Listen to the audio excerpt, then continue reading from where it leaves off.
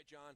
Now, I did impugn your tech savviness earlier, but we can't do that for our next guest, and that's actually why he's in here with us. That's right. Because, around the Thanksgiving table at my in-laws' house, there was a lot of talk about, everybody had the circulars out looking at the phones and the tablets and the computers and the notebooks and everything. I mean, it's become such a big thing around the holiday season, whether it's buying for a gift or getting a good deal for yourself on some of these things. But there are a lot of questions because things change so much in this industry, and that's why we grabbed Jason Peterson, who's an expert in this. He's the president over at Turbine Interactive, and appreciate your time, Jason. How you doing? Hey, guys. How you doing, man? It's crazy. This stuff moves faster now, and I sound like kind of an old man saying this, but it really does. The products turn over faster now than they ever have, even 10 years ago. Yeah, it's insane. I mean, the amount of change that you have to try to keep up with in terms of technology.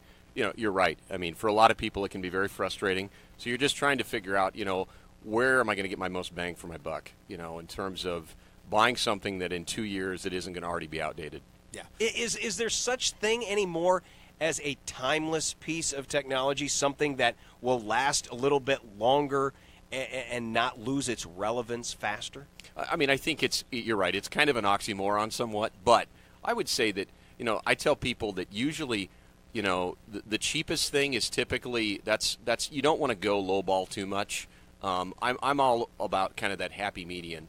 But for most people, it is about the experience now. Most of the time, these techies and the stuff, it's like people just want stuff to work, and they want it to be reliable. I know Jack and I were talking about his frustration with some things on his phone, and that's the stuff that torques people off, is if it doesn't work.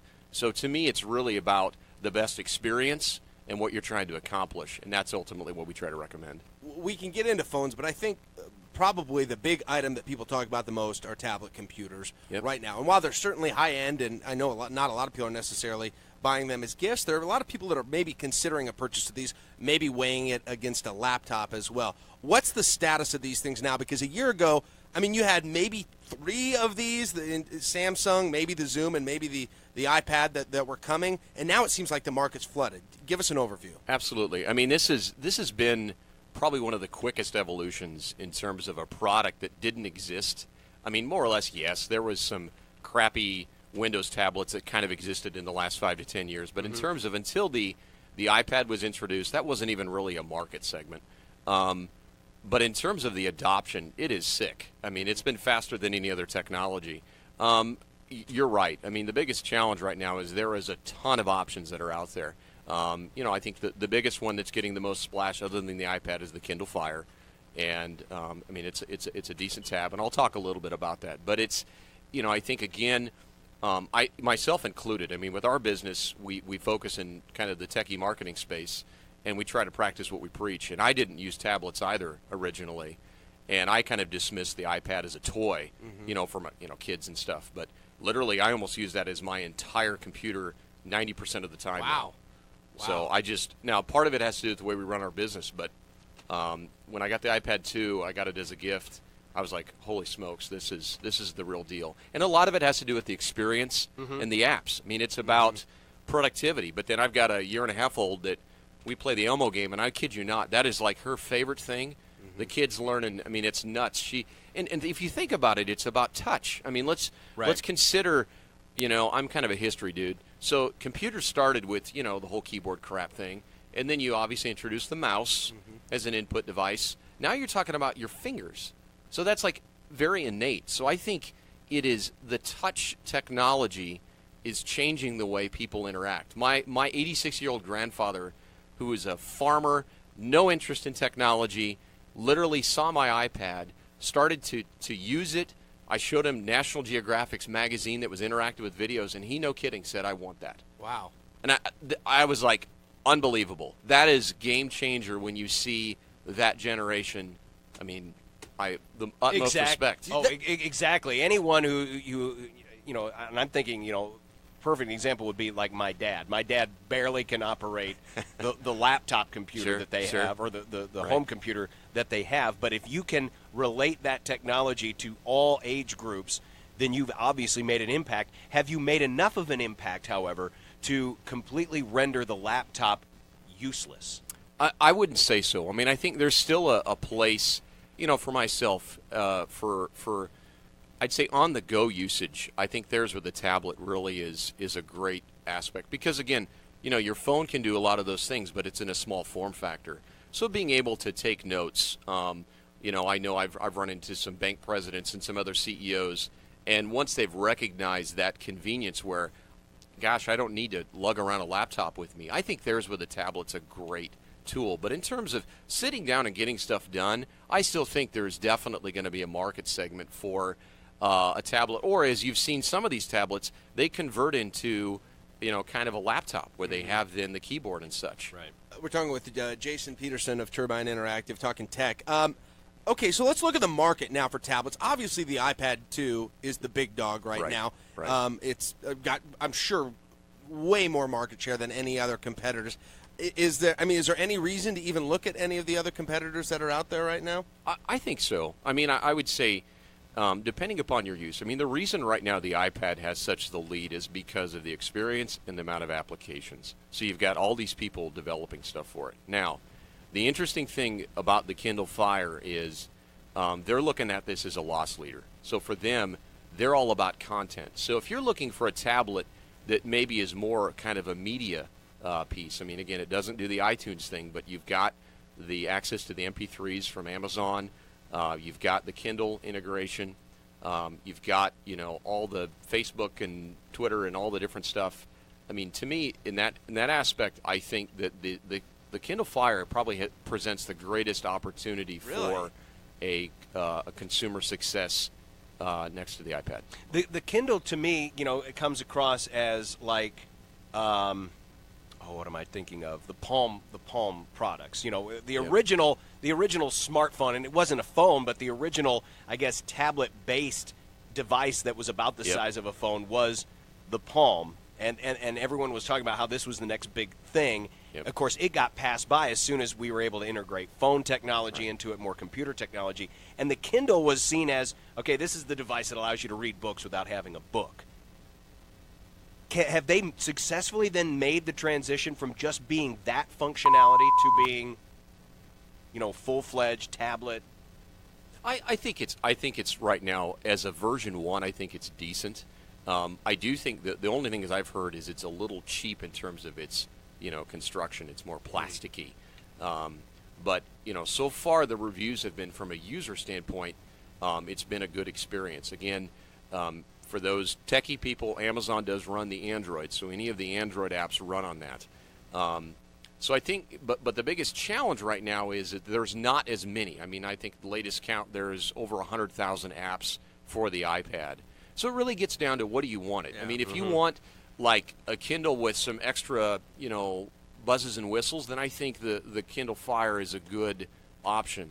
But if you're wanting something that has a little bit more flexibility and a little more robustness, again, I can, put this into an HDMI connection into a TV or a projector with my iPad. Right. I think it has a little bit more. Again, you get what you pay for. On any of these, though, like even the Kindle Fire, you're still able to integrate like an Outlook email address and those sorts of things. That's basic then. Yep. So that would it's got the Gmail and all that stuff and the calendar and the contacts. Is this a really good time to get great deals on laptop computers because there's so many people focused on tablets? Oh, it's sick right now. Is it? Yeah, it really is. I think that, in fact, my wife and I were just shopping for one last night for her, and part of this is those segments, they're evolving. If you hear the MacBook Air is created, I'm both a PC and Mac guy, called the Ultrabook, which is it's a very, very thin form factor of a laptop. Those are a little bit more expensive, but man, you can get a heck of a laptop for $500. Yeah. Straight up. There's some crazy deals. For those that are paying attention, it's, I think, Cyber Monday today, so it's kind of the whole Black Friday equivalent of the online retailers. So I would definitely watch for them. I mentioned this earlier when we were talking. Is it even worth buying a digital camera anymore unless you're buying unless you're buying like a high-end $800 one? Because this thing that I've got this Zoom phone, and it takes ridiculous. It's an 8.0 megapixel. It takes unbelievable pictures. This is my take. Again, I consider the pictures and videos of my daughter priceless. I do not. We have retired the digital cameras. My wife and I both have a Droid X. That is all we use. It is You don't use phenomenal. a separate video camera either? No, because I can take HD video with these things. Now, again, Can you get better? Yes. I mean, if you want to go up, but like for even our clients, we take a lot of YouTube videos, tons of them, just on the phones. What? Like we have a little studio with an iPhone. And it's like you take a picture on a camera now, and this makes me say, you take a picture on a regular digital camera now, and you're disappointed you can't put it right on Facebook or so, you know what I mean. Right. You want to be able that instant integration. The key is the lens. I think that's the thing for viewers is the reason the new iPhone got such good reviews is it's got a good lens in it. So the megapixels is important, but the more important aspect is the quality of the lens. If you get a good lens in it, but yeah, these things, oh my gosh, I'm never going to buy a digital camera again. How much of a game changer is Sprint having the iPhone now? This happened in about October. I mean, to me, I think it is. I mean, I think now there's really no excuse, and you're going to see the opportunity for mass adoption. My only thing and my challenge to the iPhone is you haven't seen a ton of innovation over the last 3 years, and the emergence of Droid. And, I mean, again, you're looking at two different philosophies. Right. And right now, if you were to ask me, if I was to use one or the other for my purpose, it's about a wash. There are some things that right now I like. I'm a Droid phone user, iPad tablet user. But to me, my challenge to them is if they can still innovate and do some things. Siri, which is the whole voice recognition thing, yeah, it's cool. But I'm not seeing game-changing evolution yet. That was happening iPhone. on apps already, though. They make a huge deal about that thing where you can talk into it, but there's been an app like that for my BlackBerry. No, I was going to say I've been doing voice to text on my Droid for 2 years, so it's nothing new to me. It makes a good commercial, though. It does. Yeah. It does. It's cute. The tablet was the last big thing that has happened, and obviously it's sprouting. Is there something else out there? Everyone's always looking for that next big thing that's just going to explode on the scene. This is what I think. I get this always. It's a common question. I went to the Consumer Electronics Show for kicks last year. Yeah, that is. I've always wanted to go to that. That is insane, guys. I mean, imagine. I tell people, although Best Buy stores are getting smaller now, but Samsung's booth was like 5 Best Buys. Oh, jeez. Wow. That's one booth. Yeah. Holy cow. Yeah. It was redonkulous. And so what is the next big Well, thing? so this is what based on what I'm seeing and just my gut, is that you're seeing interconnectivity with multiple devices. So I think it's not so much the introduction of a new device as it is smart technology into things like refrigerators, washers and dryers, dishwashers, things that you think are stupid. Your car is an obvious one. I mean, I've got a Ford Fusion, and we have the Microsoft Sync thing, which I've used some. It's okay. But just sort of that interconnectivity of, you're using intelligence now, and it's going to create some conveniences. Now, how that manifests, I don't know. That's going to be who makes the bucks. I've always wanted a washing machine that posts on Facebook when I'm washing my underwear. I know. I mean, it's like Jack is washing his underwear, 10 likes immediately. Yeah. Like without me having to do anything, just load it up. But it's the ability, if I forgot to turn the thing on and I know I've got a load of laundry Correct. loaded, I can just Correct. punch the app on my phone and boom, it starts. I want a thermostat app. I'm sure there is one, but there is. I know in the lighting industry, a lot there's some interconnectivity, and you're right. It's a little geeky right now, but it's evolving. Well, and I got to think the TV is is on the verge of completely changing. No, you're dead on. I mean, I think that the way that we're getting content delivered, you guys included. I mean, it's the same kind of thing. Is how do we consume our content?